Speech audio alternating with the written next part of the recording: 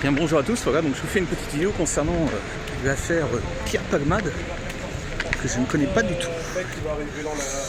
C'est un humoriste, comédien voilà, que je n'ai jamais rencontré. Mais néanmoins, je me pose des questions, comme tout à chacun. Surtout concernant en fait la mode médiatique. Et toujours bien évidemment le traitement qui est fait de ces affaires-là, qui est quand même pour le moins surprenant. Hein. Alors je vous explique un petit peu mon ressentiment, c'est-à-dire que... Merde, attendez. Là, si je commence à me bouffer une vitrine de magasin, ça va pas le faire quoi. Alors effectivement, il avait fait part de certains sujets, donc certaines addictions sur les plateaux de télévision. Néanmoins, vous pouvez quand même vous demander si c'était pas certaines scénarisées en vue de le sortir maintenant. C'est toujours quand même une part... c'est toujours un point franchement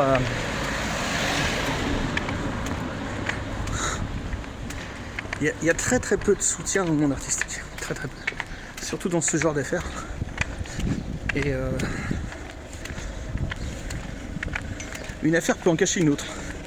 Ouais, je crois que ce sera le titre de cette vidéo, c'est une affaire peut en cacher une autre. Alors, vous avez remarqué quand même que l'avocat des parties adverses, enfin une des parties adverses, a défendu des trafiquants de drogue. Pourtant, qui avait un très lourd dossier, hein, vraiment un sergent. Donc je lui souhaite, s'il prend absolument aucune mesure dans ses propos, il se fait tutoyer en plus par l'animateur de votre émission là,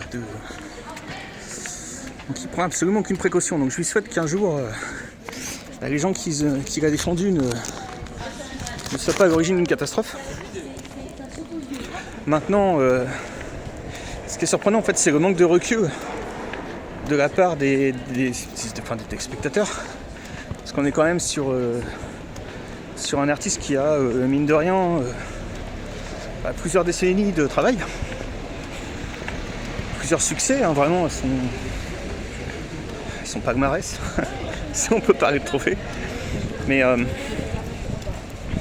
c'est comme si, c'est un peu comme avec Franck Dubosc, toujours des jugements hâtifs sur la base d'une vidéo, d'un fait, voilà, où il y a toujours plein de petits procureurs qui se permettent de donner leur avis, mais essayez justement, et moi je fais ce genre de vidéo, pour essayer de vous donner un autre son de cloche et un aspect critique sur la véracité de ce qui nous est présenté quoi. Alors je vous dis voilà, donc il y a déjà ce premier point. L'avocat en question se fait tutoyer, ce qui est pour le moins surprenant. Et puis attendez, j'essaie de tenir un petit peu mieux mon téléphone. Donc alors deuxième point. Donc je vous dis voilà, donc il défendait deuxième point, troisième point. Alors troisième point en fait ça va être sur la finalité de l'affaire. Parce que mine de rien, faut bien étudier la scène en fait de la manière dont on vous la présente. On vous dit que oui, mais la dame quand même qui était enceinte, apparemment c'est vrai, enfin ouais. En fait ils vous disent qu'elle a été percutée de l'arrière.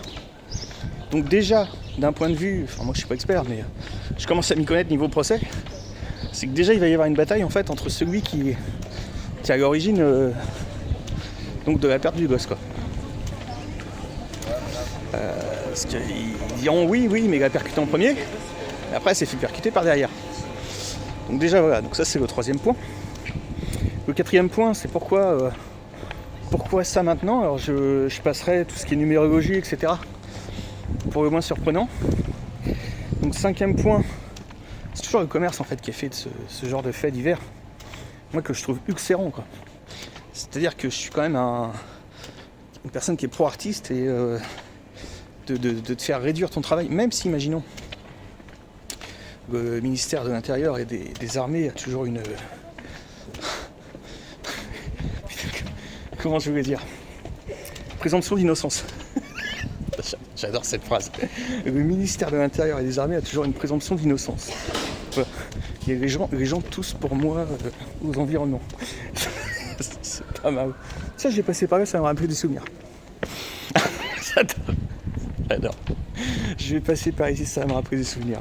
Non, c'est surtout qu'il y a moins de monde en fait, et voilà. Donc, je sais plus où j'en étais, 5e point. Voilà, donc...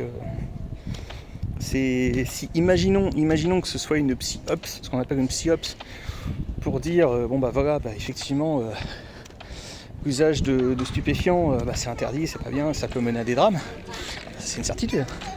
C'est une certitude, mais de là à prendre des têtes d'affiche, imaginons que ce soit ça, voilà, imaginons qu'on soit dans une doxa, comme en URSS, ex-URSS. D'ailleurs, j'y reviendrai à propos de la Russie, parce que je trouve que c'est extrêmement maladroit, en fait, la comparaison avec Joseph Staline. Joseph Staline, voilà, je répète bien. C'était extrêmement maladroit, en fait. On est dans une URSS de Poutine, mais pas de Staline, quoi. C'est pas du tout... c'est peut-être à la base que le projet ressemble, mais la réalité elle va quand même être différente. Donc, moi, Poutine, je l'appelle le New-Yorkais. C'est à peu près ce qui va rester quand tout aura été soit un tremblement de terre à Los Angeles, soit Las Palmas qui va s'effondrer, soit tout ça. Enfin, bref, là, je m'évade un peu, mais je vais revenir sur Pierre Palmade. Donc, je vous disais, voilà, c'est quand même tout un point toute une somme de points qui est... somme de 3 points qui est surprenante. Hein. Pourquoi en ce moment ?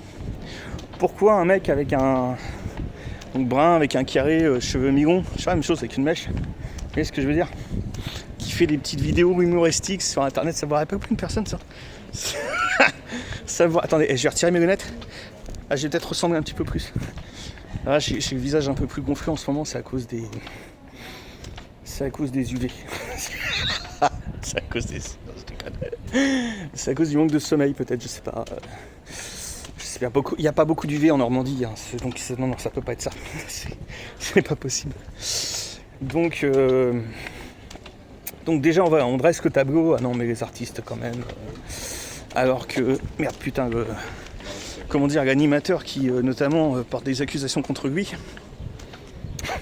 Et juste, relaie surtout des accusations contre lui. Je sais plus s'il en a porté, enfin bref, c'est pour même pas le sujet.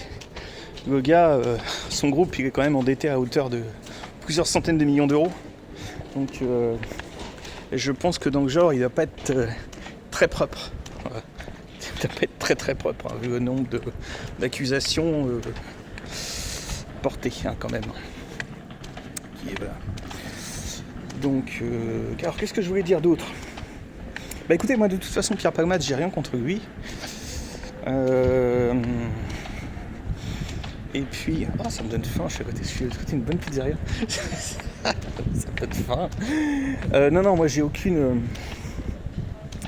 J'essaie vraiment de temporiser, quoi, parce que je vous dis, en tant qu'artiste, on n'a pas du tout le même... pas du tout le même ressenti. C'est-à-dire que c'est quand même un milieu qui est infernal, enfin qui est horrible, quoi, mais je vous dis, sincèrement, j'essaie de vous passer un message, le peu qu'il reste de certains de vos carrières, essayez quand même de partir sur un côté positif, quoi. Enfin, s'aborder vos carrières, supposément, pour un mec qui veut faire 2 millions de téléspectateurs, c'est-à-dire que c'est rien par rapport à la population française. Vu qu'ils ont fait fuir tous les spectateurs depuis plus de 2 ans, avec des sujets anxiogènes, des machins, des trucs, on va vraiment vers une catastrophe. Alors c'est ça, je voulais finir là-dessus, je voulais finir sur une note, pas forcément positive, mais je voulais finir sur une note. Vous avez sûrement connaissance de l'agenda du mec 30.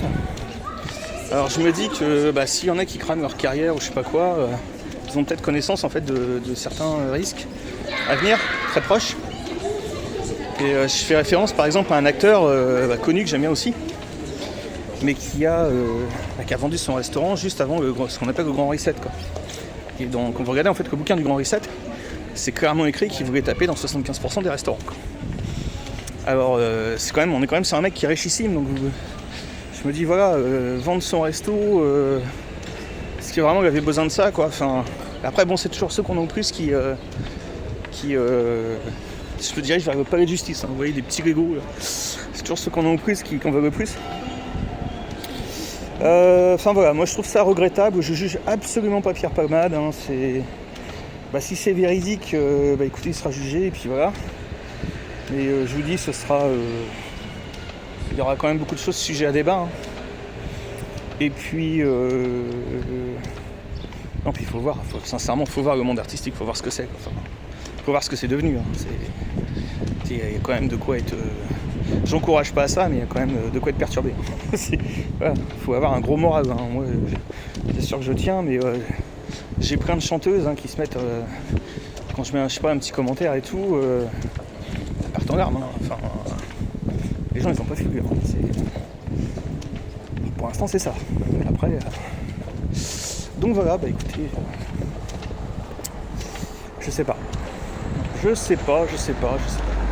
C'est sûr que s'il veut se lancer dans l'humour noir, là il s'est fait une porte en or. Hein. Il peut faire un duo avec Bertrand Cantat, hein. Sans problème. Hein. C'est clair quoi. Donc voilà, non mais c'est...